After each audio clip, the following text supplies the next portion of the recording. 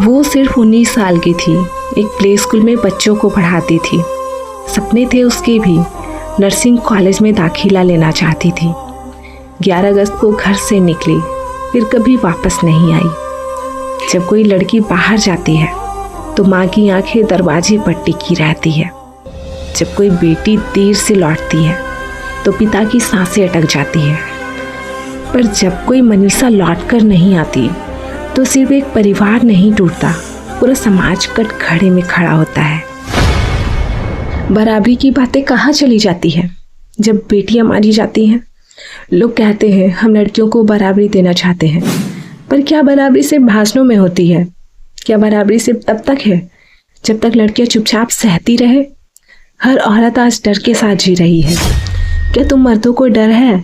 क्या तुम रात को अकेले निकलने से डरते हो? क्या तुम्हें हर अजनबी से डर लगता है? नहीं, क्योंकि तुम्हें समाज ने ताकत दी है और औरत को सिर्फ सवाल। कपड़ों पर सवाल करने वालों से मेरा एक सवाल। जब कोई लड़की पीड़ित होती है, लोग कहते हैं कपड़े कैसे थे, कहाँ जा रही थी, किससे बात करती थी? तो बताओ ना, क्या 6 महीने की बच्ची भी छोटे कपड़े पहनती है? क्या 5 साल की बच्ची भी चरित्रहीन होती है? क्या 7 साल के मासूम को भी दोस्त देना चाहिए? अगर कपड़े ही सब कुछ तय करती है तो बलात्कारियों को जेल नहीं, फैशन शो में भेजो। बुद्धि और ज्ञान उतना ही दो जितना खुद निभा सको। लोग कहते हैं औरत चालाक होती है, झूठ बोलती है। तो एक बार अपनी माँ की आंखों में देखो। अगर तुम्हें लगता है औरत चालाक है तो अपनी बहन की मासूमियत याद करो। और अगर तुम्हें लगता है कि किसी लड़की की इज्जत कोई खेल है तो सोचो, तुम्हारी बेटी भी इसी समाज में बड़ी होगी। सोशल मीडिया पर ट्रेंड होता है जस्टिस फॉर मनीषा, पर अगले दिन सब भूल जाते हैं। लोग वीडियो बनाते हैं, रील्स डालते हैं, पर जमीन पर कोई खड़ा नहीं होता। सरकार बयान देती है हम गंभीर हैं, पर अपराधी खुलेआम घूम रहे होते हैं। इस पीढ़ी ने आवाज उठाना सीखा है, पर जिम्मेदारी लेना नहीं। आज मनीषा हमारे बीच नहीं है। 3 पोस्टमार्टम हुए, भिवानी, रोहतक और दिल्ली एम्स में। हर रिपोर्ट में कुछ अलग, कुछ अधूरा। कहीं गला कटा बताया गया, कहीं नहीं। कहीं जख्मों के जिक्र था, कहीं चुप्पी। तो फिर सवाल उठता है, हॉस्पिटल में हो क्या रहा है?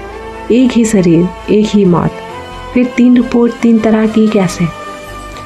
क्या सच्चाई दबाई जा रही है या सच्चाई से डर लग रहा है? क्या गलती थी उसकी? क्या उसने पढ़ने की चाह रखी? क्या उसने अपने सपनों को जीने की कोशिश की? क्या वो लड़की थी, बस यही उसकी सबसे बड़ी गलती थी?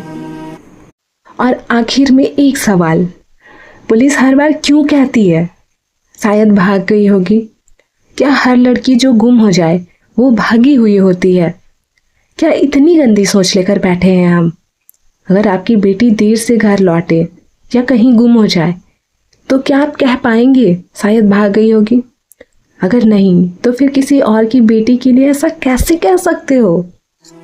मनीषा अब हमारे बीच नहीं रही, पर उसकी कहानी हर लड़की की आवाज़ बन सकती है। अगर हम चुप ना रहें, अगर हम सवाल पूछें, अगर हम बदलें, क्योंकि अगली मनीषा तुम्हारी बेटी भी हो सकती है।